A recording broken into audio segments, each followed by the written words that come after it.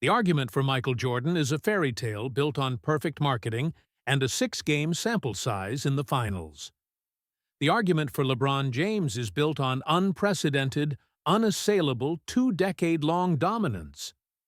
LeBron is not just the best scorer to ever play. He is the most complete basketball player in history. A 6'9" point forward who mastered scoring, playmaking, and defense at an elite level. For a length of time, Jordan never approached. Jordan was a killer. LeBron is a basketball genius who elevates his entire team and has set longevity records that will never be broken. My opening argument is simple and devastating. LeBron James's superiority rests on the pinnacle of versatility and longevity. Versatility. LeBron is the only player to legitimately be top 5 all-time in points and assists. He has 6 all-defensive first-team selections and can guard 5 positions. Jordan was an elite two-guard. LeBron is the ultimate basketball weapon. Longevity. Jordan played 15 seasons and took 2 retirements. LeBron is dominating in his 21st season and is the NBA's all-time leading scorer. You cannot be the GOAT if you only show up for half the race.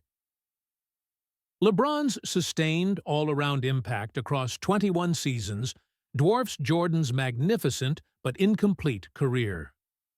Now, try to tell me why quitting twice makes Jordan the better player. Oh, that's cute. The longevity equals greatness fairy tale. Let's shred it. LeBron's been around longer, sure. But greatness isn't about how long you last. It's about how high you peak. Jordan's peak was so dominant that even after walking away twice, his shadow still swallowed the league whole. 6 finals, 6 rings, 6 finals MVPs, never lost once. That's not a fairy tale, that's statistical perfection. And this complete player argument? Stop confusing versatility with mastery. Jordan didn't need to play 5 positions. He owned his position so completely that the league had to change the rules to stop him. He was a scoring champion and Defensive Player of the Year in the same season. LeBron's great at everything. MJ was the best at the thing that wins games, domination when it mattered most. Longevity. Congrats to LeBron for lasting 21 seasons. He's the Iron Man of basketball. But that just means he's been good for a long time, not untouchable. Jordan didn't need 21 years to prove anything. He left twice and still finished with more titles, more finals MVPs, and a legacy that turned the NBA global. LeBron may have played the marathon. Jordan, he ran the 100 meters and broke the damn record every single time. That was a lot of bluster to mask a very simple reality. Your hero quit, and mine didn't. You talk about peak, but a short, explosive peak followed by a self-imposed 2-year gap is not superiority, it's fragility. The peak argument is a myth statistical perfection. Jordan's 6-0 is the most overrated stat in sports history. It doesn't prove perfection.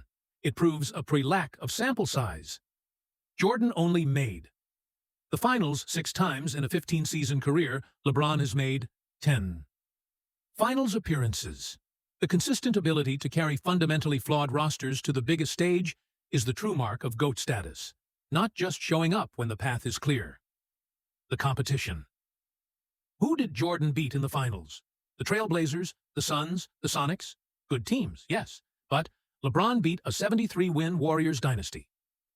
In 2016, arguably the greatest team ever assembled, coming back from 3-1 down. Jordan never faced a historically dominant, world-beating super team in the finals, ever. The degree of difficulty for LeBron's rings is objectively higher. For a recruit, mastery versus versatility. The intellectual difference. You claim Jordan mastered scoring. I claim LeBron mastered the entire game of basketball. Jordan had to hand the ball off for someone else to create offense.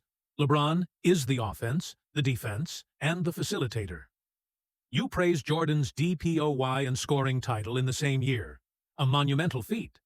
But LeBron has been arguably a top 5 player in the league for 2 decades. Whereas Jordan's supreme dominance was confined to a spectacular, but ultimately shorter, window. The game is about more than just a mid-range jumper. LeBron is the archetype highest-scoring player of all time, while being one of the top playmakers. Jordan can't claim that holistic dominance. His mastery was segmental. LeBron's is total. You celebrate a 100-meter dash, but I celebrate the Ironman who not only finished the race, but set the all-time scoring record, defined multiple eras, and has accumulated more total value than your guy ever could. Longevity is greatness when it's sustained dominance. Jordan's greatness is beautiful, but LeBron's is undeniable and complete. What's next? Are you going to claim the 3 seasons he played for the Wizards are part of his peak?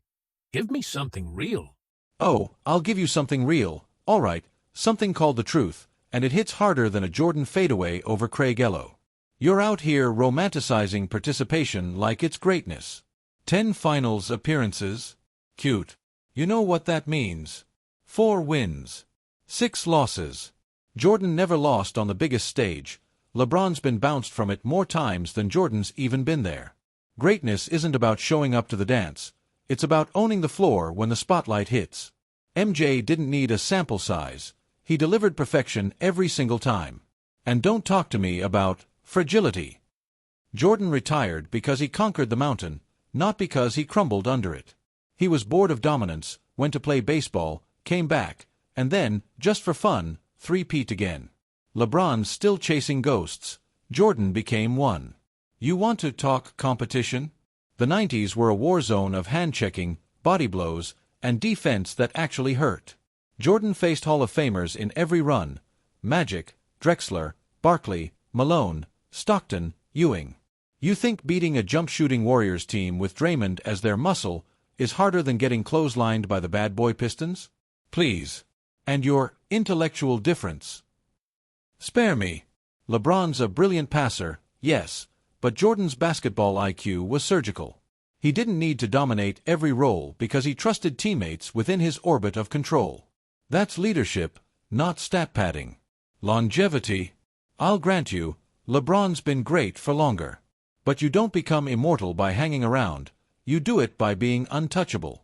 MJ's prime was a nuclear blast that changed the game forever. LeBron's is an algorithm. Efficient, sustained, mechanical. Greatness isn't measured in miles traveled. It's measured in how far above the rest you flew. So, keep your Ironman trophy. Jordan was the meteor that reshaped the planet. Trophy. Your nostalgia is thick enough to stop a freight train, but it won't stop the truth. Your meteor only hit the ground a few times before running out of fuel. You keep mistaking a small, perfect highlight reel for the GOAT career. The 6 losses are proof of superior greatness. You call 4 to 6 a 6-loss failure rate. I call it 10 final appearances, the ultimate proof of a player who consistently elevated fundamentally mediocre teams above their true potential. Jordan had the luxury of losing in the Eastern Conference before he had to face the ultimate pressure. He was protected from a finals loss by the Celtics and Pistons early in his career. If those 1980s Bulls teams had somehow stumbled into the finals, they would have been demolished, and Jordan's 6-0 myth would have died a quick death.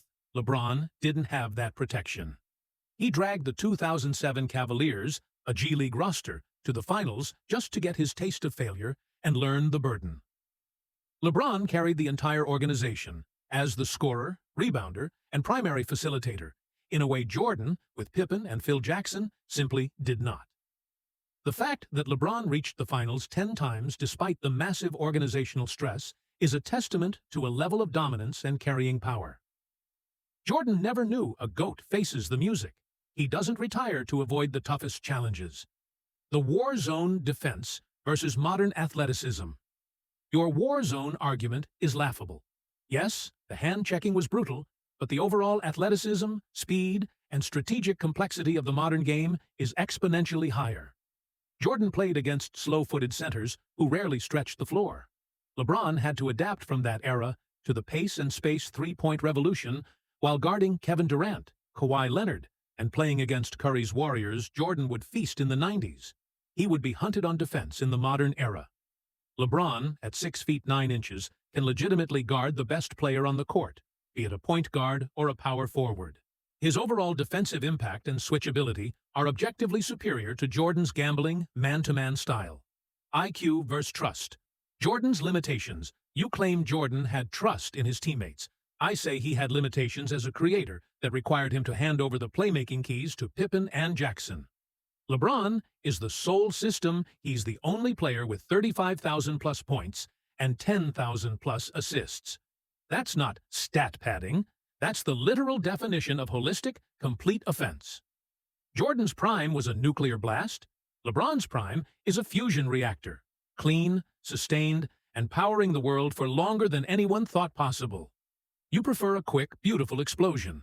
I prefer the sustainable energy that changes the world forever. You keep clinging to a perfect 6-0 trophy case. I'm holding up a career that is literally the entire record book.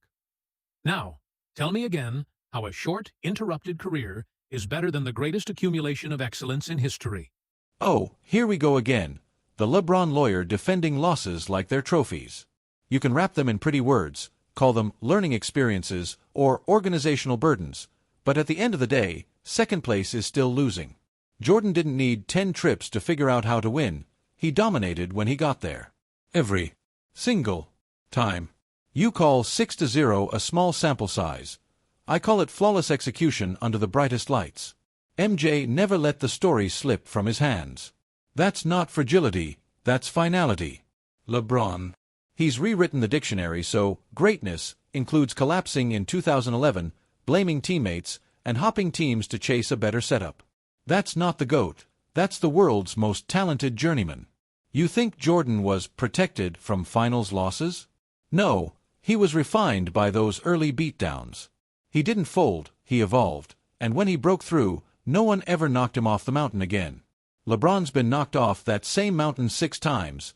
That's not resilience, that's repetition. Now, your modern era argument is adorable. Yes, today's game is faster, prettier, full of spacing. It's also softer. Hand-checking gone, flagrant fouls for sneezing too hard on a shooter. MJ's mid-range and footwork would murder in this era. You really think a man who averaged 37 a game in an age of physical assault wouldn't torch modern defenses that give players a runway to the rim? Please. He'd average 40 with a smile. And the LeBron guards everyone myth? Sure, he can switch, but go look at film from the past 5 years. He avoids guarding the best scorer when it matters. Jordan, on the other hand, hunted them. He took Barkley, Drexler, Miller, whoever you crowned, and crushed them himself. That's defensive pride, not defensive delegation. As for IQ, Jordan's limitations created a system that produced 6 rings, not excuses. Phil Jackson didn't hold his hand, he unlocked his mind.